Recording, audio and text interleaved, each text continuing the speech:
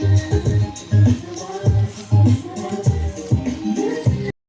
mga langga, it's me, your manang preng-preng again. So, sara akon kamo i-tour sa kanang mga lugar na pwede naton kalaagan diri sa Bantayan Island. Ang akong i-feature karon ang Baigad Lagoon. Pero sa ta mga to, mamutong anay kita. So, ara kita sa Ruby, usa pa kami na nga dito sa Lagoon. So, actually, kaning laag mga langga kay kuan ini siya tungod kay ang akong iyuan ganahan siya diri mo uli sa Bantayan.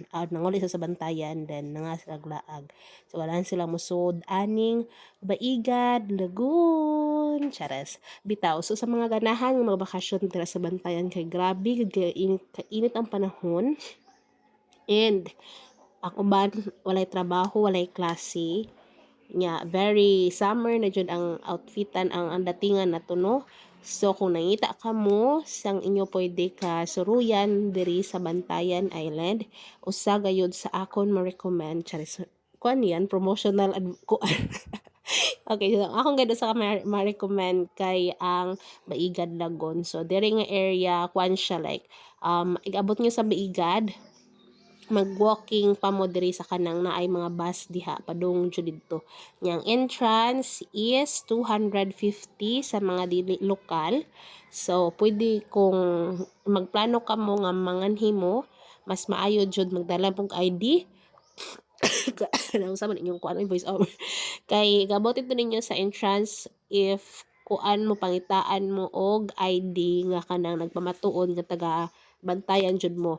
Tungod kay discounted ang mga PWD, kanang mga lokal nga mga ligo like 150 lang ang inyuhang entrance. So sa mga dili taga Bantayan mo cost siya og 250, pero sa mga taga Bantayan and PW sa mga discounted nga price tag 150 lang siya.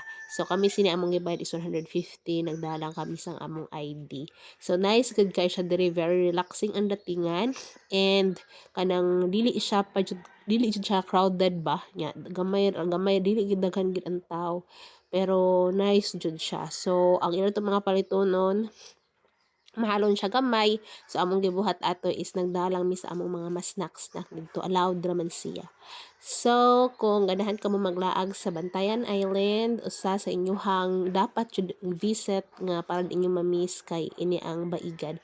So wala na ako na feature ang tanan nga mga like nindot dito nga view, pero ang nakanindot dito is mingaw jud siya, then ang ilahang lagoon siguro amo jud ang lagoon nga murag pikas nimo sa katong pikas nga isla is naa usa ka makalabang is na ay pressure. So mao ang adventure sa kaninga nga area diri, ang adventure nga part is mauna ang pagbalhin nimo sa pikas nga island and ang pabalik. But if ganahan ra jud ka mag-relax, na jud sila mga duyan didto, then ang ilahang bus is very fine gayud kay sa tanan.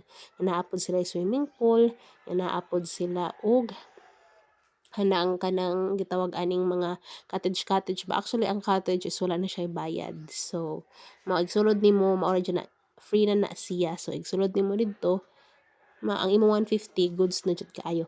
And katong I love Baigad nga kanang I love Bantayan na po didto. Actually mura siya islet no, nga kanang mura siya tumoy sa island. Nga naa siya dagat sa pikas na apod og diri, na ang lagon diri sa pikas.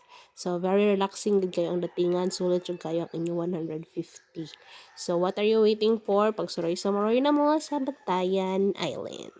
So please help me to kuan aning akong grow aning akong channel, so you can just like and please subscribe, please follow or subscribe. You can just also comment, and mauna to siya. Thank you so much everyone. See you in my next vlog.